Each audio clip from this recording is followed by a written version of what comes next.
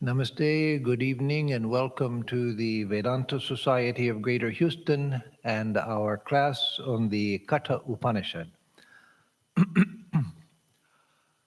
Om Namo Brahma Dibhyo Brahma Vidya Sampradaya Karatribhyo Vamsharshibhyo Mahadbhyo Namo Gurubhyaha Om Shanti Shanti Shanti Narayanam Padma Bhuvam Vasishtam Shaktim cha Tatputra Parasharang cha Vyasam Sukham Gauda Padam Mohantam Govinda Yogindra Mathasya Shishyam Shri Shankaracharya Mathasya Padma Padam cha Hastamalakan cha Shishyam Tantotakam Vartikakara Manyan Asmadgurun Santatamanatosmi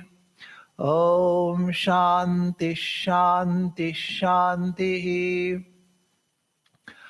Our salutation to the lineage of teachers, beginning with the Lord of existence himself, who gave this knowledge to the Creator, who in turn gave it to the first sages, who then passed it down in a continuous succession of teachers to the present day. To all of them, we bow our heads in salutation.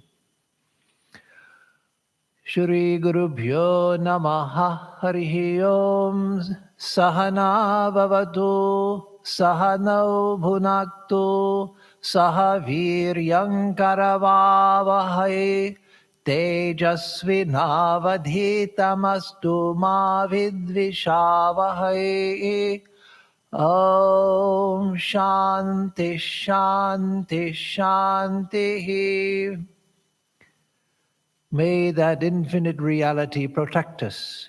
May it sustain us. May we grow in strength together. May our study be vigorous and illuminating. May there be no ill will amongst us.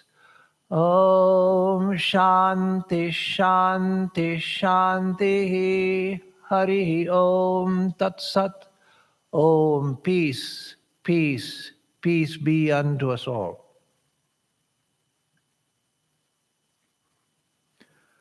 So this is our first class since the pandemic began, where we're having an in-person class.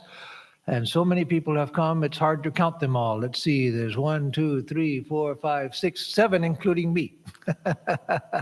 So almost a full house. But we are open, and there are a few people who have come, and we're glad for that. And I know that there are others who will be watching either the live stream or the archived class on YouTube. So we'll continue with the archived or with the live streaming as well as in-person classes. And so we welcome all of you to start coming, at least those who are fully vaccinated. And we do ask that for the time being, that when you come for classes and lectures, that you come and wear a mask inside. So that being said, we'll begin where we left off last time in the Katha Upanishad. Last time we had come to the second chapter, and we did verses 1 through 6. So today we are to take up verse 7 in the second chapter. And let me mention again, I'll mention from time to time to avoid confusion, that there are two different numbering systems for the Katha Upanishad. One system divides the whole Upanishad into two parts. And then each part is divided into 3 chapters. And so then to indicate a particular verse, you give the part number, the chapter number, and the verse number. Another method of dividing the text is just to divide it into 6 chapters, no parts, just 6 chapters. And so then you just have the chapter number and the verse number. So we're following the latter. So this is chapter 2, verse 7. But let me, just for review's sake, let me say that chapter 2 begins with the idea of dharma. That there we have in life, we have choices before us to do the right thing or do the pleasant thing. Now, that doesn't mean that as I said in the class last week, that the right thing is always unpleasant. No, sometimes the right thing is also the pleasant thing to do. But when we have a choice where one is the right thing and the other is the more pleasant thing, then the wise person chooses the right rather than the pleasant, because thereby they come to the end of the proper end of life. As the Upanishad says, one who chooses the lower person, the lower minded person who chooses the pleasant over the right or the moral or the good or the just, they miss the end of life. And so, as I said last time, this advice is not because the sages wanted to push us to do the right thing, even though it would be nicer to do the pleasant thing. No, the idea is that for our own welfare, it's better for us. It's not some external authority telling us you should do the right thing because that's what we like. Not even the authority of God, not even God saying that, well, these are the behaviors I like, these are the behaviors I don't like, so you have to do these things because I like these things. No, it's because the right is that which takes us to the proper end of life. Because it refines the mind, it refines even the body and senses, as Sri Ramakrishna says in several places in the Gospel of Sri Ramakrishna. Even the body itself is remade spiritually by a spiritual aspirant. The body becomes more refined, the senses become more refined, capable of perceiving the supersensuous.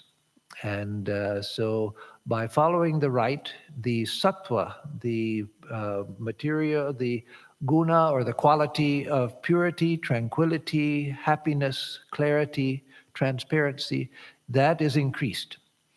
Whereas the person who only seeks the pleasant, irregardless of whether it is the right thing to do or the wrong thing to do, they become more and more bound to the senses. The mind becomes grosser, their understanding becomes weaker, and the whole being of the person becomes more crude. So again, this is for our own welfare. So the discussion of chapter 2 begins with that these two approach a person, the good and the pleasant, and that the wise person selects the good. And then in the verses that we ended with, say, verses 4, 5, and 6, it talks about how wide apart knowledge and ignorance, spiritual knowledge and spiritual ignorance are, and how they lead to different ends again. And so verse 6, where we ended last time, that says, and I'll just give the English translation now, and then we'll move on to verse 7. To the careless child, befooled by the delusion of wealth, the path of the hereafter never appears.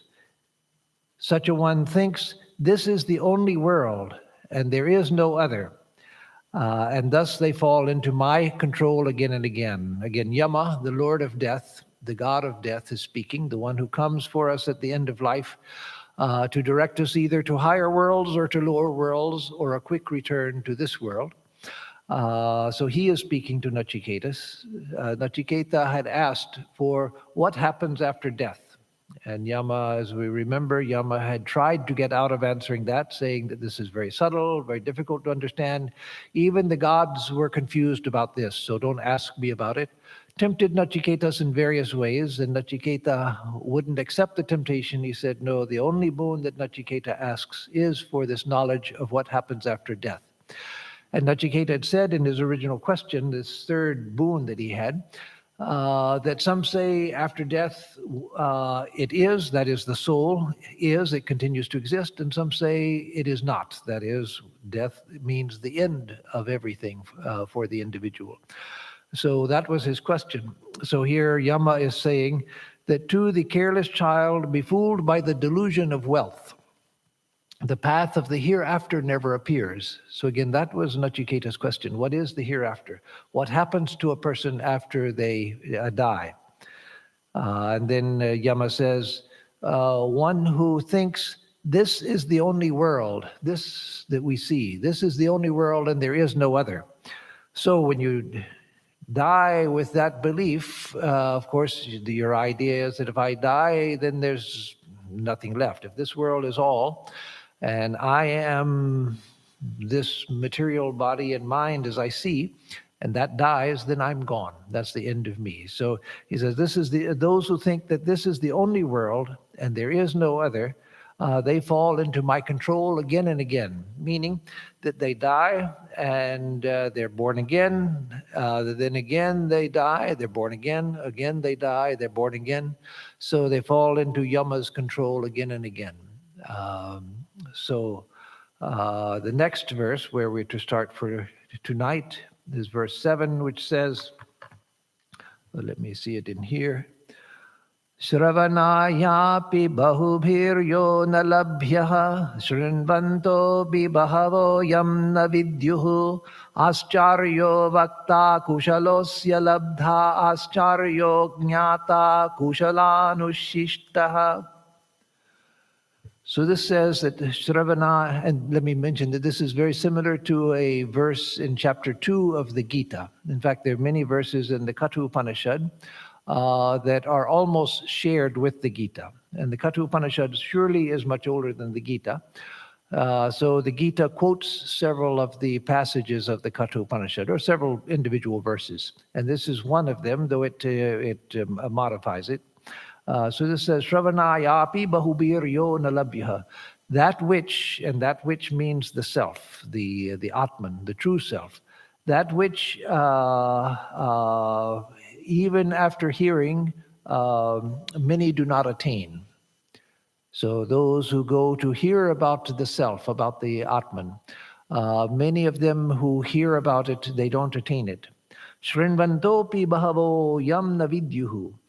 I'm sorry. The Shravanayapi bahubhiryo nalabhya means that even to hear it, many do not get the chance even to hear it. Many don't get the chance to hear about the Atman. And then Shrinvantopi bahavo yamna vidyuhu. And even those who hear it, very few of them come to know it. So very few hear about the Atman, and that is as true now as it was in Nachiketas's time. In fact, probably more true now, because during the Vedic age, at least in India, this thought was somewhat current. So people knew about the search for the Atman, even if most people didn't seek it.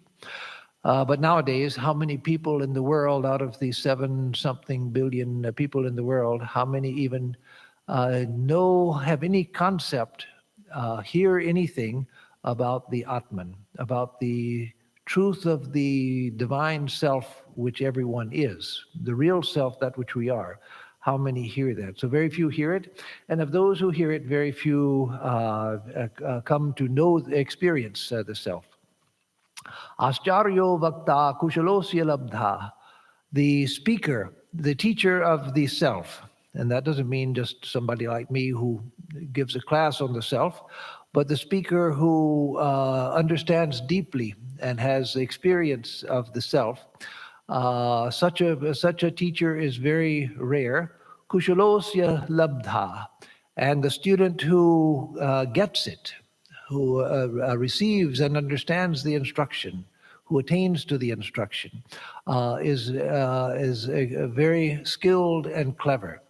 So wonderful is the proper speaker, the empowered speaker, and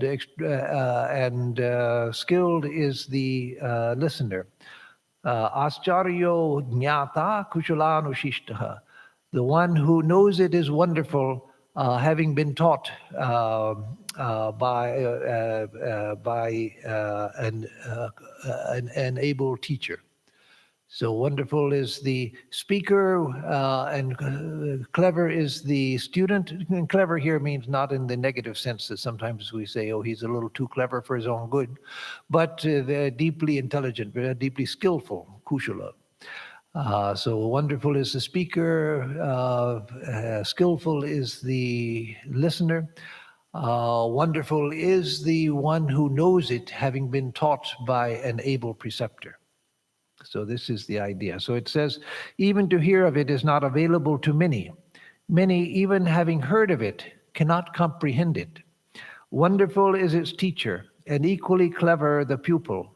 Wonderful indeed is he who comprehends it when taught by an able preceptor. So again, I think it's verse 19 of this second chapter of the Gita, the same general idea. And so that we can see to be true for our own, from our own experience. How many people hear about the Atman, as I said, and of those who hear it, how many really understand what is being said?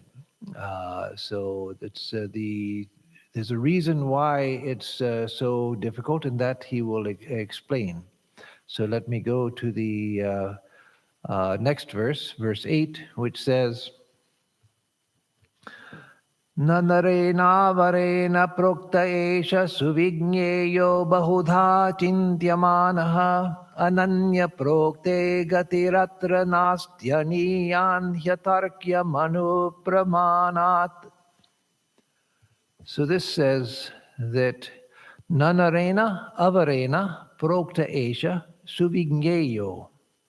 So this, meaning this teaching of the Atman, this Atman, or the teaching about the Atman, na narena avarena prokta, spoken of by an inferior person. That is, of course, they're not speaking of class or caste or wealth or anything like that. They mean a person who is not qualified to teach of the Atman for lack of knowledge and experience. So when this self, when spoken of by an inferior person, an inferior teacher, is not easily understood. Na suvigneya. It's not it can't be well understood. Why? Bahudha chintyamanaha, because it is thought of variously. So there are teachers, there have been teachers in India and elsewhere who say that there are many different things about the self. Some say that the self is tied to the body. Some say that the self is within a part of the mind. Some say that the self is just nothing but the sense of being an agent. But it's just a mirage that's made by that accompanies mental activity. Some say that the self is anu, that is, that it's tiny. Some say that it's vibhu, that is, that it's vast. Some say that it's pure consciousness. Some say that it's, like in the Yoga Sutras and the Sankhya philosophy, it's said to be sat and chit, but they say that it's not ananda. The purusha, the self, is not ananda. It's sat and chit, because they identify ananda with enjoyment. And so they say that the self is only sat and chit, whereas Vedanta says it's sat chit ananda. And then Buddha, of course, and the Buddhists say that there is no self. The self is the fundamental illusion. If you get over the idea that there is a self to you or to anything else, then you're enlightened. Of course, the problem with that, I can't help but mention, is that if I get over the idea that there is any self and I am enlightened, well, who is enlightened if there is no self? But that's for another discussion. So, but the idea here is that nanarena varena prokta esha suvigneyo bahudha chintyamana. When spoken of by an inferior teacher, this is not easily understood because it is spoken of variously. So people speak of the self in many different ways. And so that causes confusion. Ananya prokte gatiratra nasti, aniyan hyatarkyam anupramanat.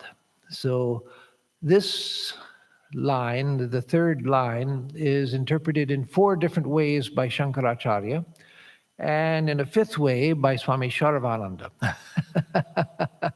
We don't need to go into all of those complications, but just to show you the variety of opinion, I'll give the different opinions to what it means. But all of the meanings, of course, are good, and all of them are legitimate. Any of these meanings could come from the text, and basically they all, in the end, point in the same direction. But there are these four different meanings. So let me see here in Shankaracharya. He says that one meaning is the self when spoken of by a non-different man, that is, or person, that is the teacher who has become the self. So when the self is spoken of by ananya prokte, spoken of by one who is non-different from the self, by the teacher who does not see duality, who has become identified with Brahman, that is to be revealed by him to the disciple, there does not remain any cogitation of various kinds. That is, there's no second thought, because the teacher has has experienced and has become identified with and knows himself to be the Atman. And so there's no other cogitation except for that which is in direct experience.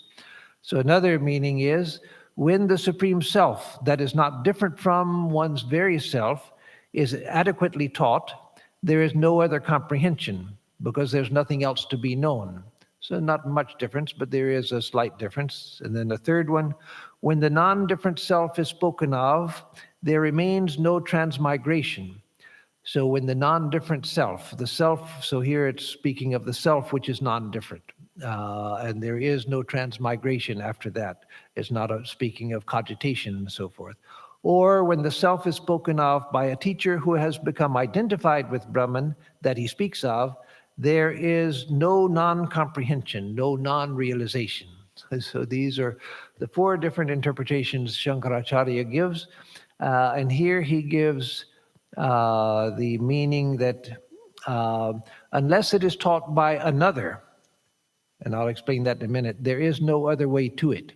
So here, ananya prokte means unless it is taught by another person. That's a legitimate interpretation also from the words of the text and from the thought of the Upanishads. The Upanishads, like the Chandogya and other Upanishads, say that one has to receive this knowledge from a teacher. You can't just get it from a book. You can't just get it from your own imagination. It has to be received from a teacher. So that's the idea that Swami Sarvananda gives, that unless it is taught by another person, a teacher, a qualified teacher, there is no way to attain to it. So these are the five different interpretations given to the same line, and all of them are good.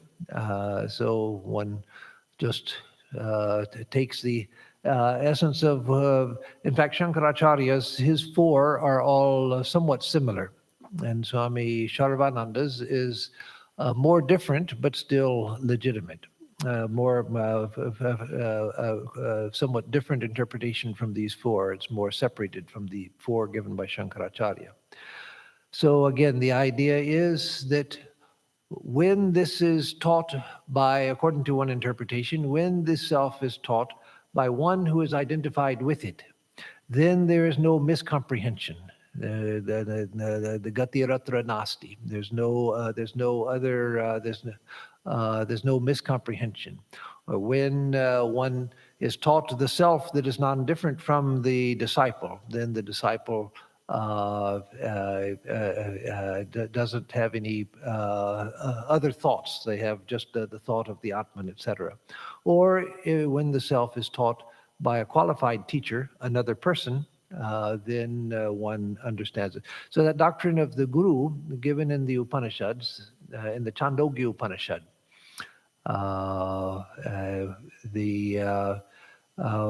it's said that unless you get this knowledge from a teacher, you can't attain it just by your own meditation. And even if you have high experience, it needs to be confirmed by a qualified teacher. And that we see in the life of Sri Ramakrishna, as well as in some other saints. And so the idea that the importance of a teacher. But again, the essence of this is this Atman can never be comprehended if taught by an inferior person. even though often pondered upon. He gives that interpretation. So that's also open to interpretation. Bahudha chintyamanaha. So it's even though it's often pondered upon. But the interpretation I gave, which is what Shankaracharya gives also, and to me, it's a more direct, simpler explanation of the words, that this Atman can never be comprehended if taught, or this. Let me give a simple interpretation based on Shankaracharya, that when this Atman is taught by one who is identified with it, there is no miscomprehension on the part of the disciple.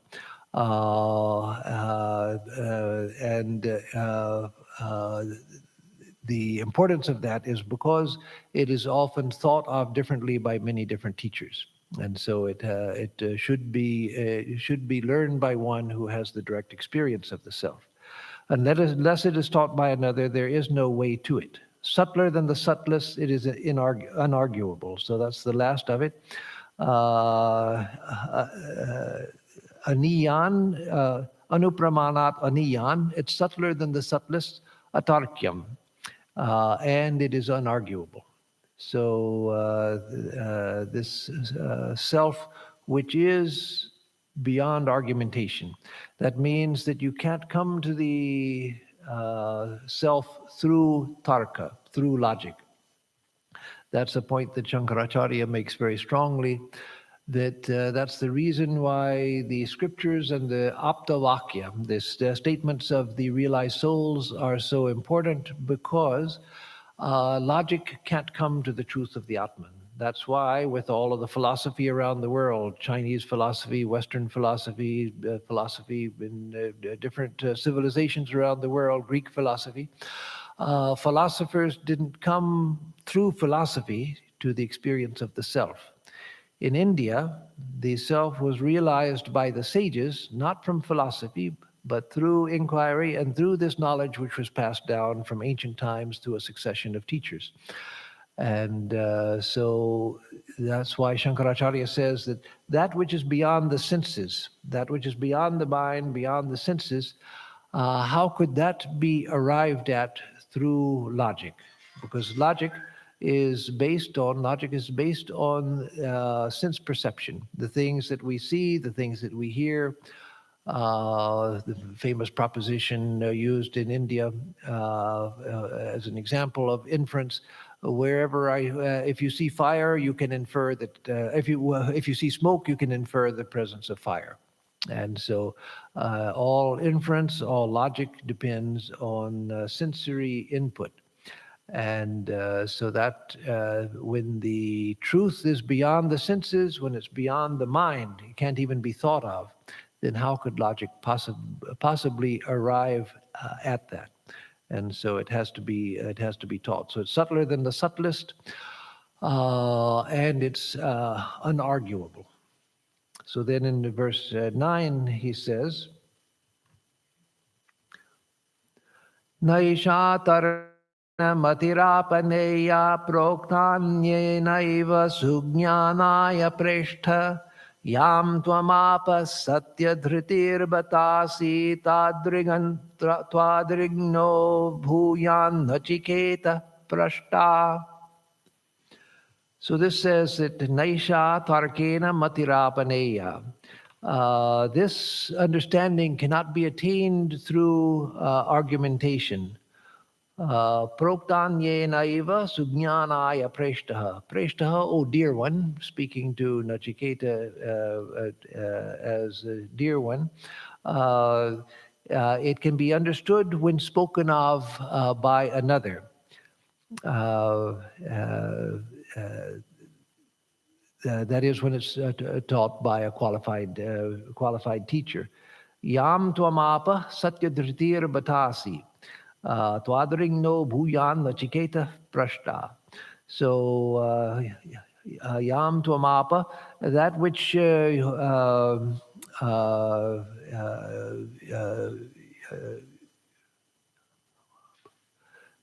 are satyadhriti.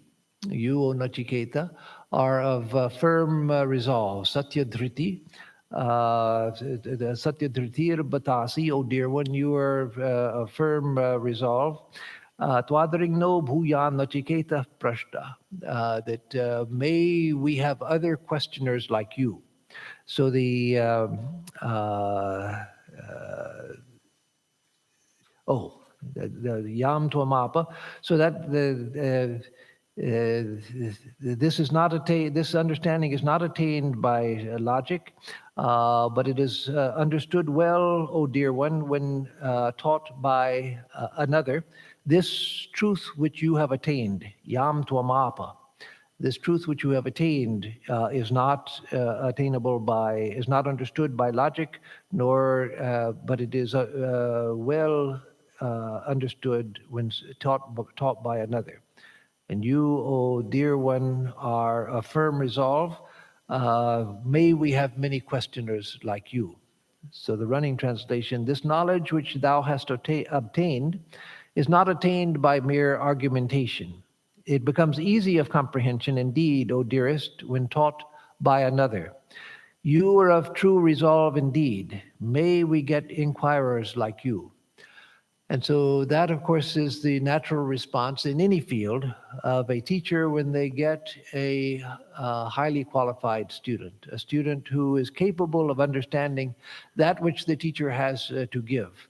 And so such a teacher, whether it's in music, art, math, science, sports, whatever the field, the teacher is delighted to get a student who is capable of assimilating the knowledge and of realizing it. And so Yama is pleased, of course, as we've seen with Nachiketa, and says, may we get inquirers like you. So again, it's not, it should be taught by another, a qualified teacher, because it's not attained by logic, it's not attained by argumentation, but it is easily understood when taught by a qualified teacher. So verse 10 says, Janamyahagam shoha shevadhiritya nityam na hyadruvai prapyate hi dhruvam tat tato maya nachiketastitognir anityair dravyai prapyavan asmi nityam. So here, this is a interesting verse because Yama is admitting his own weakness. Again, Yama is one of the greatest of the gods, the minor gods. He's the Lord of death. He's not Ishvara, the Lord of existence, but he is among the minor deities. He's one of the greatest. And so he says, Janami aham shevadhiritya nityam. I know that the treasure is impermanent. And here the treasure is taken to mean, because of the context, it mean the karma which we acquire through right action. The karma which the virtuous karma, the punya, virtuous karma we attain through right action, that I know that that is impermanent. Na hyadruvaih prapyatehi dhruvam tat. Indeed, one cannot attain to the eternal through the non-eternal. That one cannot attain to that which is permanent through that which is impermanent. So meaning that I understand that punya, the merit attained through karma, that is not eternal, because a limited action can never give an eternal or infinite fruit. So all of the results of all of our actions are limited. They're not infinite, they're limited, and they're temporal. It's just, I do an action, I get a result commensurate with the action, and all actions are limited in time and limited in effect. And so I know that the treasure of karmas is non-eternal, and that the eternal cannot be attained through the transitory. Tato maya nachiketas titognihi. And yet, I performed the Nachiketa fire sacrifice. Now, what he's saying is that Yama is saying that he attained to his status as Yama by performing the Nachiketa Agni. So the Nachiketa sacrifice, which he taught in the first chapter to Nachiketa and named it after Nachiketa, the fire had existed before. Yama himself had performed it in a previous cycle. And it was because of the merit of that he attained to his status as Yama. So he's saying that I know that the fruits of karma are not eternal, and I know that you can't attain to the permanent through impermanent means. And yet, I performed the Nachiketa sacrifice, anityai dravyai praptavan asmi nityam. And and through these temporary substances, the things that are offered in sacrifice, like ghee, and in those days there was animal sacrifice, and other things were sacrificed under the fire. So through these impermanent, temporary offerings I made into the sacrifice, I attained to the eternal. So now that's a contradiction in terms. He's saying, let me go to the running translation, that would be easier. I know that all treasure of karma is transient, for verily the eternal is never attained by the non-eternal. Yet by me has been performed the Nachiketa fire sacrifice with the transient objects, the things I offered into the fire and the sacrifice. And through that I have attained the eternal. So he's directly contradicting himself. So when that happens, we have to come to a reasonable meaning, and that's easy through the tradition of interpretation of the scriptures. So what he means is, because in the early part of the Vedas, they often spoke of heaven and the heavenly worlds and becoming a god as eternal, attaining to the eternal by going to heaven. But later they understood that that's not eternal, but they still sometimes spoke of going to the eternal world of Swarga Loka, or becoming the eternal Yama, the Lord of Death, or Brahma, etc. So instead of being eternal, it was understood in time to mean long-lasting. That if you go to the world of the gods, or to Brahma Loka, then you stay there in a highly, a wonderful, painless, joyful state for the whole cycle of creation. For billions of years, you remain there. And so it's like eternity, but it's not real eternity, because when that's over, you come back. And so when he says that I have attained the eternal through this transient sacrifice, he means that I attained to my state of Yama, which lasts for a very long time, so long that it seems like it's eternal. But he's, as we'll see in the next verse, he's praising Nachiketa and saying that Nachiketa is greater than he, because he tried to attain the eternal through transient means. And he attained the state of Yama, but even that is not really eternal. But Nachiketa rejected all of that. So verse 11 says, Kamasyaptim jagatah pratishtam kratoranandyam abhayasya param stomam mahadurugayam pratishtam drishtva dhritya dhiro nachiketo tyasrakshi. So this says that Kamasyaptim jagatah pratishtam kratoranandyam abhayasya param. These are all the list of things that all go together. Stomam mahad urugayam prajishtam drishtva dhritya dhiro nachiketo tyasrakshi. That, oh Nachiketo, with firm resolve, you have renounced kamasyaptim, the fulfillment of all desires. Because going to this world that you attained through the Nachiketa sacrifice, which was taught to Nachiketa as the second boon, by performing that sacrifice, you attain to the fulfillment of all desires. You go to Brahma Loka. And there's no want whatsoever.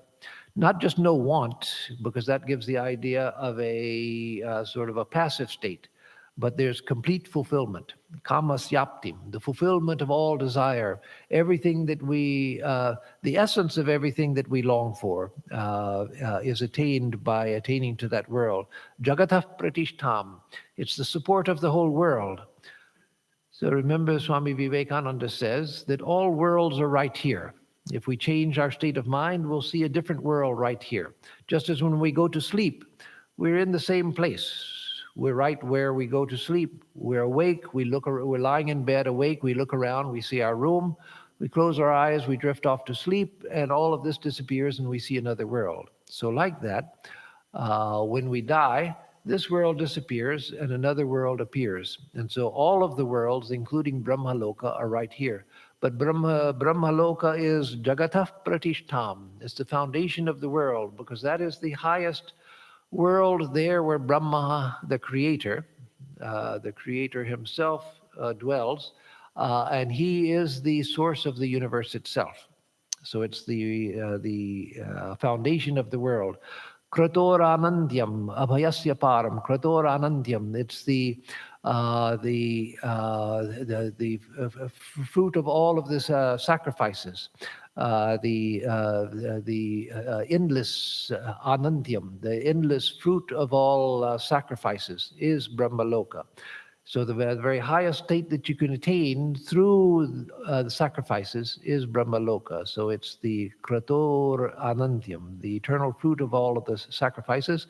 Abhayasya Param, it's the shore of fearlessness. So when you go to Brahmaloka, there is no fear of anything. So then it continues. It's the adorable, the stomam, it's the great, the mahat, it's the urugayam, the great resort. That is the resort of those who seek the highest refuge. Pratishtham, it's the base, it's the foundation. Again, the foundation of life. But having seen all of this which is the consummate fulfillment of all desires, the stay of the universe, the endless fruit of all the rights, the born of freedom from fear, the most adorable and great, the exalted resort, the basis of life. Having seen all of this, O Nachiketas, you being intelligent, you have rejected it with firm resolve. Dhira, being intelligent, Dhritya, with firm resolve, Atyasrakshi, you have rejected it. So again, Yama is saying that I, knowing that you can't attain the eternal through non-eternal means, still I perform the Nachiketa sacrifice so that I could attain my relative immortality. It's not immortality, but it lasts so long it feels like immortality. But you, O Nachiketa, saw the glory of that state which I have attained to, which people in the world would give anything to attain if they knew that that was a possibility. And yet you, knowing that, you have given that up. And so you have gone for the highest. So then we come to verse 12, which says, Tam durdarsham gudhamanupravishtam guhahitam gahvareshtam puranam adhyatma yogadhigamena devam matva dhiro harshashoko jahati.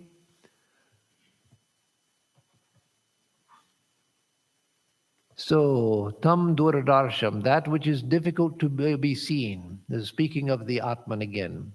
That which is durdarsham, difficult to see, gudham, which is hidden. Again, the Atman is not really hidden. We have hidden it from ourselves. But because of that, he says it is hidden. And to us, it seems hidden because we read about the Atman. We say, oh, I would like to realize the Atman. If it is what they say it is, if I am who they say I am, I would like to know that and know my eternal infinite nature. So I don't want it to be hidden. I want to realize it. But the truth is that we have hidden it from ourselves, from our past karma, from our ignoring it, by the mind going to everything else but it. And so it's the open secret. It's the truth which is always in us, in front of us, universally present, and yet we don't see it. We see everything but that. And so it is for that reason hidden, because we don't see it. Gugudham, anupravishtam, which has entered into the most subtle. That is, one interpretation of it is that it's become omnipresent because it has become so subtle that it is everywhere. Guhahitam, which is entered into the heart, the guha, the cave of the heart. It has entered into the cave of the heart, which is the buddhi. Why the cave of the heart? Why is the self considered to be there? Well, the self is omnipresent. It's everywhere, within everything. Anupravishtam, it's entered into the most subtle. It's everywhere. But it's first experienced here in the heart. And so that's why it's located within the heart. Gahvareshtam, it exists within the body. So the body is the temple of the Atman. All of us have the sense that I'm experiencing the world from within a body. All experience, all possible experience comes from within a body, either a ghost body or a subtle body. And so if we enter into a loka, a world, a plane of existence like this world that we're all sharing, we see it from within a body, a human body, a dog body, a rat body, a cat body, worm body, bird body, some kind of body, but we see it from within a body. So the self is experienced as being identified with the body. So therefore, it's within the body. So that is only in our state of bondage, of course. But in our state of bondage, it has entered into a body. Puranam, it is ancient. Adhyatma yogadhigamena devam matva dhiro harsha shoko jahati. So having realized it through Adhyatma Yoga, the yoga of knowing the self, through the yoga of self-knowledge, having attained it through the yoga of self-knowledge or meditation on the self, that Devam, that luminous being, having meditated on it through the yoga of self-knowledge, the wise one, Dhiro, Harsha Shoko Jahati, gives up both happiness and misery. Harsha Shoko Jahati gives up both happiness and misery. So that means that when we, in order to attain to the highest truth, we have to give up ordinary happiness and misery. So that doesn't mean or that doesn't mean being miserable all the time. No, you give up both happiness and misery. When I was going for my sannyasa, the Swami that I was working with at that time, who was one of my main upaguru, you could say, my subsidiary teacher, he told me when I was leaving for sannyasa that sannyasa means not just the renunciation of the desire for pleasure, it means the renunciation of the desire for misery also. And I understood what he meant, but it's a strange saying that sannyasa means giving up the seeking of misery too. Why? Or what does that mean? We find that we define ourselves by what we experience. And so a person who is miserable, a person can show them how to get rid of their misery, but it's extremely difficult for them to take that advice because they have become identified with misery. They don't think of it that way, but that's the way they act. They hold on to, they clutch their misery because that's who they think they are. If I'm not miserable, then I don't even know who I am. And so we, even when the means for giving up something that makes us miserable is present, we still can't give it up. We still can't give it up. And so the wise one gives up both happiness and misery, that is, seeking both happiness and misery. Why? Because that which is beyond both of those is infinitely superior to both. that the little happinesses and miseries that we have in this life, even the best of the happy moments we have in this life, they're nothing compared to the bliss of the attainment of the self. As Sri Ramakrishna used to say, there are different levels of ananda, bliss.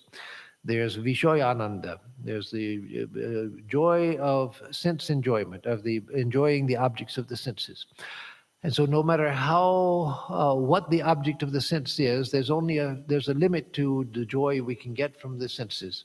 So, say if we go to an Italian restaurant, or we go to a Thai restaurant, or we go to an Ethiopian restaurant, whatever our favorite food is, no matter how good the food is, there's a limit to how much happiness you can get from eating food. It's not infinite, because you get the best restaurant and then your joy is unending. No, there's a limit to what you can get. And so with all of the senses, there's a limit to what you can get. And then Sri Ramakrishna says that there is higher than that is samyamananda. That is the joy that comes from feeling a sense of self-control, that I'm not controlled by things outside, but I feel a sense of being centered within myself, not being pulled outside by things. That sense of self-control brings a higher type of joy, better than the joy we get from external enjoyment. And then there's bhajanananda, the joy which comes from worship, the joy that comes through devotion, through singing devotional songs, through meditation, through japa, through worship, etc. That's higher even than samyamananda. And then there's brahmananda, the highest bliss, which is the bliss of reality itself. And so that is infinitely beyond even bhajanananda. So there are these levels of bliss, and at each level, there's sort of a maximum that you can attain from that level. You can't get infinite bliss at any of those levels until you get to Brahmananda, and that is infinite, unending, and it's infinite because it's the direct experience of the infinite, whose very nature is infinite bliss. And so the wise person relinquishes both joy and sorrow, having realized by means of meditation on the inner self, Adhyatma Yoga, that ancient Purano, effulgent Deva, one hard to be seen, Durdarsham, subtle, immanent, Anupravishtam, seated in the heart, Guhahitam, and residing within the body, Gahwareshtam. So again, he's confirming that Nachiketa has chosen the right thing, that Nachiketa, by the choice that he made, he's seeking that which is the truth and that which is the solution to all of life's problems. So let's see. Yes, I'll stop here. We'll start on verse 13 next time. And so if there are any questions after announcements, I will take those. Once, let me just say that in a few verses, we'll get into the deeper teachings of the nature of the self. The Katha Upanishad, again, is extraordinarily beautiful, it's poetic, and the teachings are the highest, are among the highest teachings, beautiful teachings. So right now, Yama has begun, because of it's the beginning of his teaching to Nachiketa, has begun with the moral arguments in favor of, or the moral dimension of the selection of the Atman, or the seeking of the Atman, that seeking the good rather than the pleasant, and then through seeking the good, one's mind and senses become refined, and then one seeks that which is beyond joy and sorrow, through renunciation of the ordinary experiences of life. But then he will come to the nature of the, soon he will come to the nature of the self, the nature of realization, etc. So now for announcements. On the Thursday, we will have the Gospel of Sri Ramakrishna class as usual, and it will still be live streamed, but people can come in person. That will be at 11 o'clock on Thursday. And on Sunday, we will have the lecture as usual. That also is open to people to come. Those who are vaccinated are welcome to come. And the talk on Sunday will be finding our inner center of gravity. Finding our inner center of gravity. So that will be the talk on Sunday. And then next week we will continue with the Katha Upanishad and other classes. So there's only one question here. And that is, by verse 2:9, did Nachiketa already get this knowledge? Or let me go back and see. Oh, look at this one. This wisdom that you have, O dearest one, which leads to sound knowledge when imparted only by someone else, is not to be attained through argumentation. So this wisdom that you have, O dearest one, so the question is, did he therefore already have the knowledge of the self? No, he didn't yet have the knowledge of the self. That is being given by Yama now. It's about to be given. But he had the knowledge that that is what is to be attained. That is what is worth attaining. And so this wisdom that you have, the wisdom that made you ask for the knowledge of what happens after death. So it's not the wisdom of the direct experience of the Atman, but the wisdom which gave you the knowledge that that is what is to be sought. So. Okay, with that we will close, and I'll give a closing chant. Om Purnamada Purnamidam Purnat Purnamudachyate Purnasya Purnamadaya Purnamevavashishyate.